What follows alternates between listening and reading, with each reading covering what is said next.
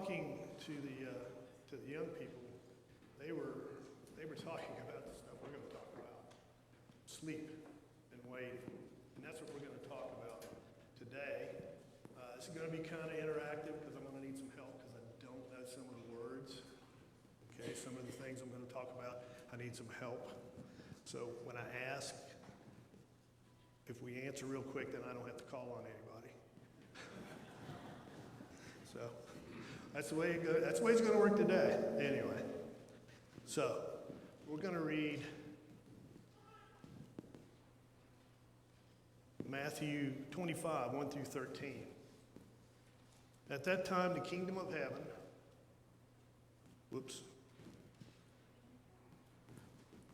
At that time, the kingdom of heaven would be like 10 virgins who took their lamps and went out to meet the bridegroom.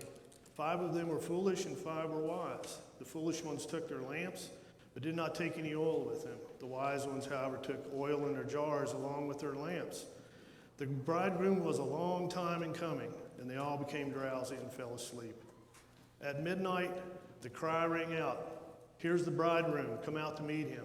Then all the virgins woke up and trimmed their lamps. The foolish ones said to the wise, "Give us some of your oil, our lamps are going out." "No," they replied, there may not be enough for both us and you. Instead, go to those who sell oil and buy some from them for yourselves." But while they were on their way to buy oil, the bridegroom arrived. The virgins who were ready went in with him to the wedding banquet, and the door was shut. Later, the others also came. "Lord, Lord," they said, "open the door for us." But he replied, I tell you, I tell you, I do not know you. Therefore, keep watch, because you do not know the day or the hour." That's a pretty well-known parable, right? Everybody's heard that one before? Everybody's done a Sunday school lesson on it, heard a sermon on it. I don't know if that's me. It may be. But there's a lot of obvious things about it that jump out at you. And I'm supposed to do this.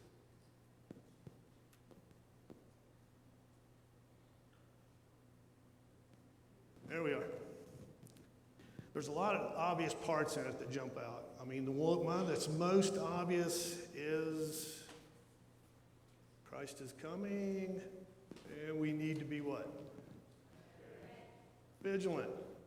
We're supposed to be waiting. But what we're going to look at specifically is verse number 5. The bridegroom was a long time in coming, and they all became drowsy and fell asleep. And it's the same thing with the children. Waiting is difficult, isn't it? Is there anybody here that likes to wait on anything? No. And we can measure how much we dislike wait by a simple test.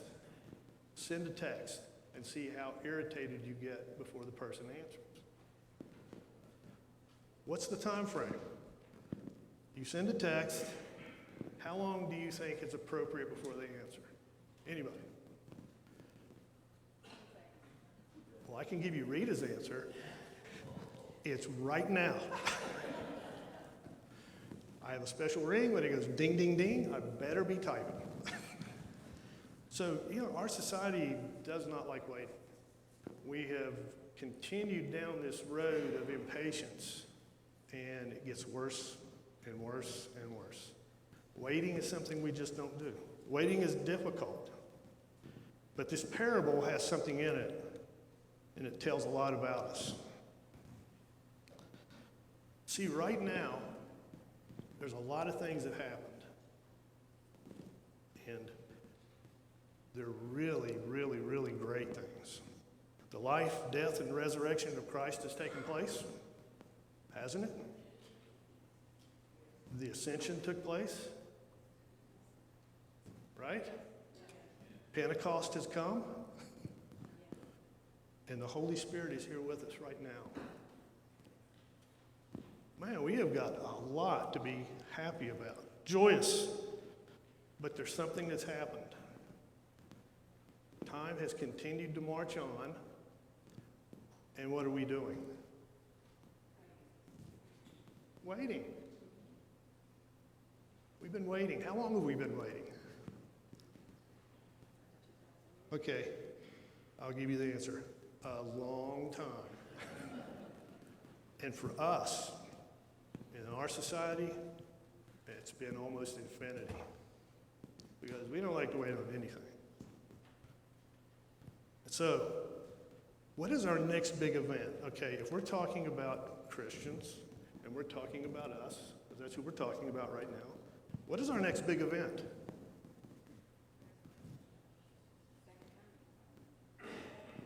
Christmas. We have these two bookends. One's called Easter, one's called Christmas. When we get through with one, we jump right into waiting for the next one. Because that's what we're waiting on, right? The Christmas service. Easter's over. Yeah, we do some things. We do Mother's Day. We do other stuff. We do Vacation Bible School. But what's that next big thing on our calendar? Christmas. So, our Christian calendar has this bookend. Easter, Christmas. That's the way we work it. And it's this repetitious cycle of tradition and expectation that creates an atmosphere of comfort, a feeling of security. There's no anxiety. And I can prove it to you. I'll show you how locked in you are to the calendar. Okay, today, we are not celebrating Christmas on December 25th. We're going to celebrate it on October the 1st. Yeah, I got 3 heads, right? That is so outlandish, you can't even begin to think about it. So there's one. There's the tradition. There's the expectation. And then there's the calendar. I'll give you another one. This one's even a little less, but I can't remember what these are called. I know it begins with a V. Parent. What is it? Okay. What if I would have snuck in here this morning and took the white ones down and put the green ones up?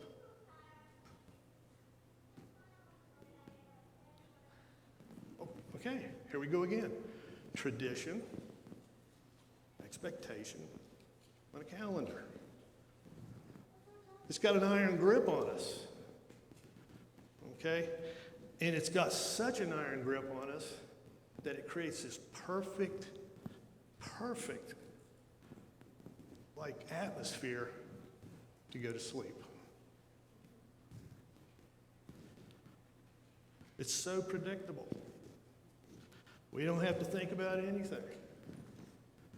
All we have to do is follow the calendar. It tells us everything. It tells us what color, it tells us what holidays. It even tells us what sermons we're supposed to be doing. And you are off the grid with this sermon. I can tell you that right now. The lectionary went out the window last week. So, our focus now has become more on doing a calendar. Our expectations and our waiting is on when's the next bookend. It's become extremely predictable. And predictability, when you get like that, you get sleepy. So, our inability to wait, our predictability, sets us up for failure.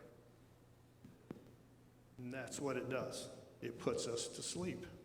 This cyclic repetition, year after year after year. It's almost like going to a magic show and the guy taking the watch and going tick-tock, tick-tock, tick-tock.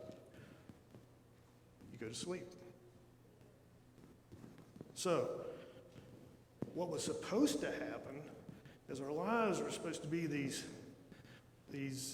balance of perfect tension, okay?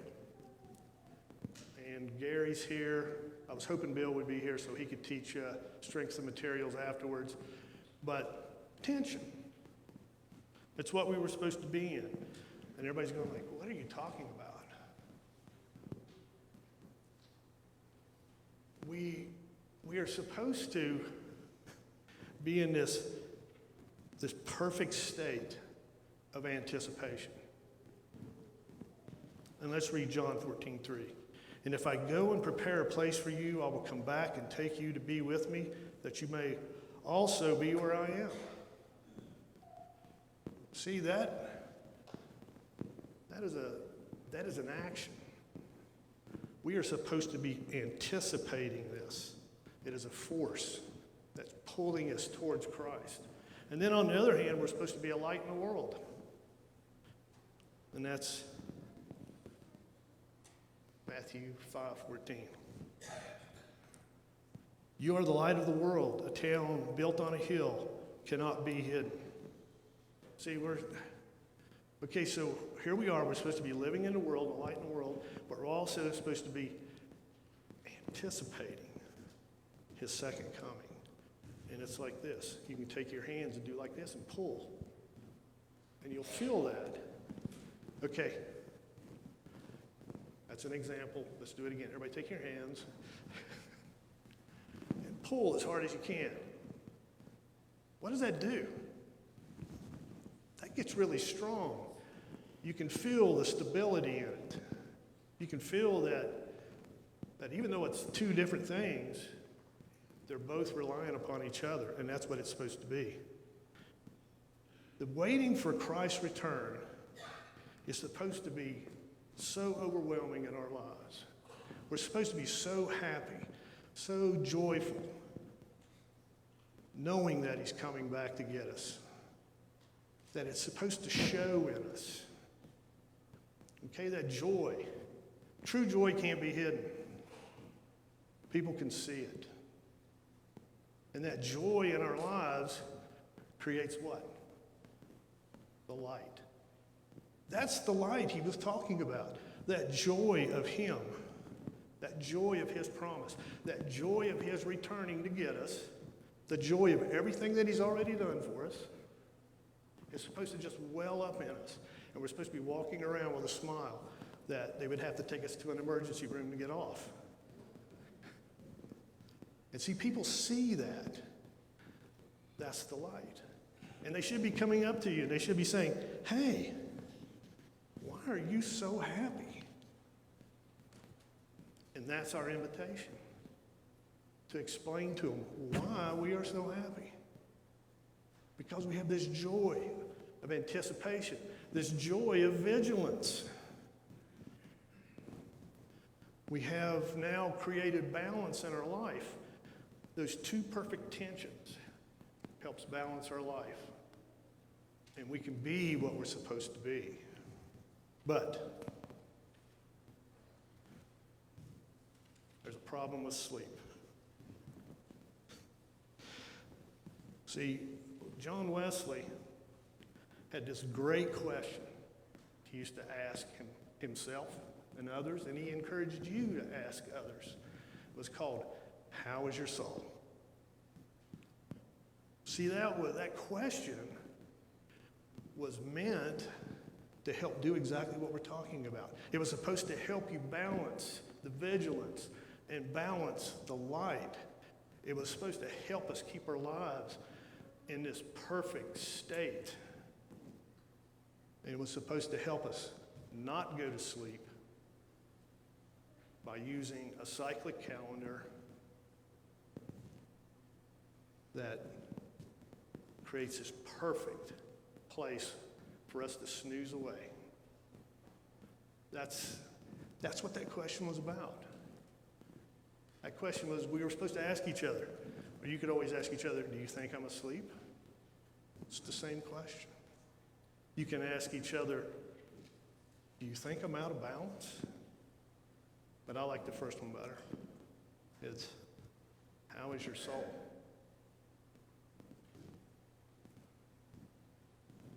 See, the problem with sleep, and the problem that happened in verse 5, is while they were asleep, the world was going by.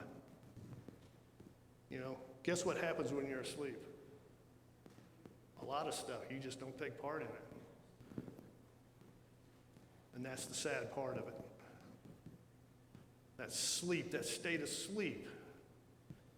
We don't feel time. We're not connected. We don't feel anything.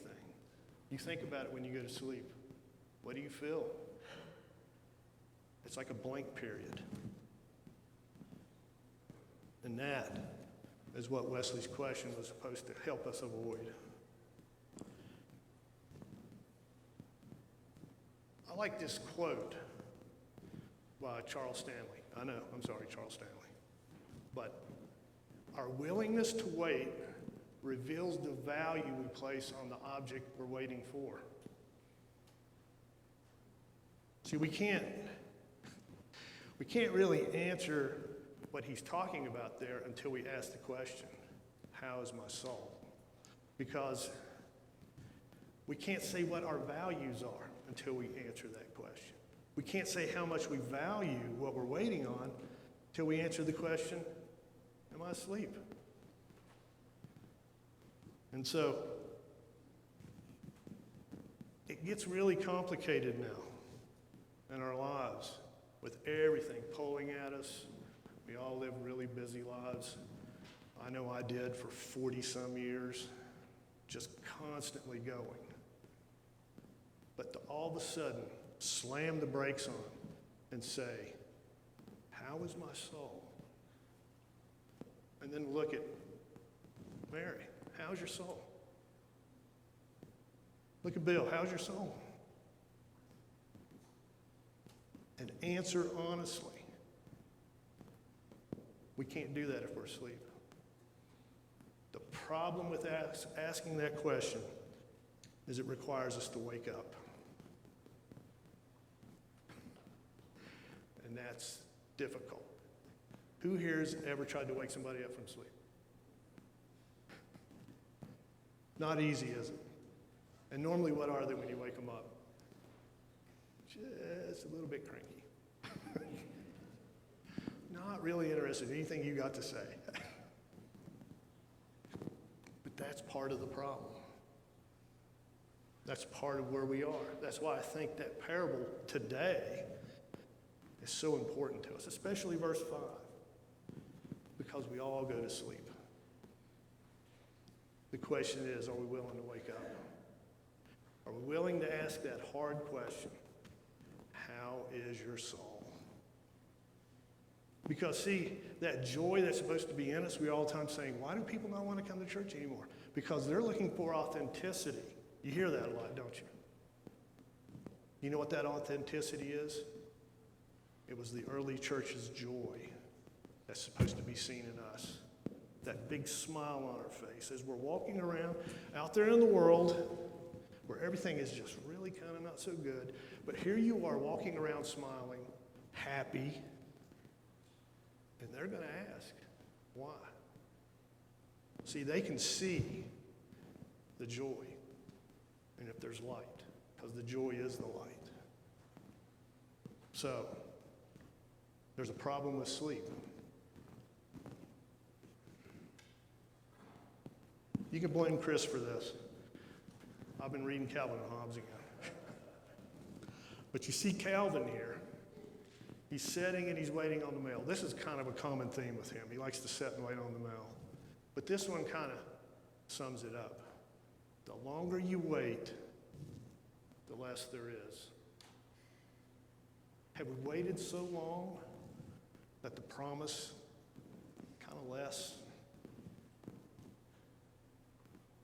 Are we so grounded in our calendars now that we can't really appreciate it anymore? All we're anticipating is the next bookend. It's a hard question. I've been asking myself that. I don't like the answer I get. Yeah, I'm probably asleep. Been asleep for a while. I need to wake up. So, being vigilant is a tough task. Now, I can tell you about standing watch. I've had to do it a lot. And in the wee hours of the night, a long, long time into the day,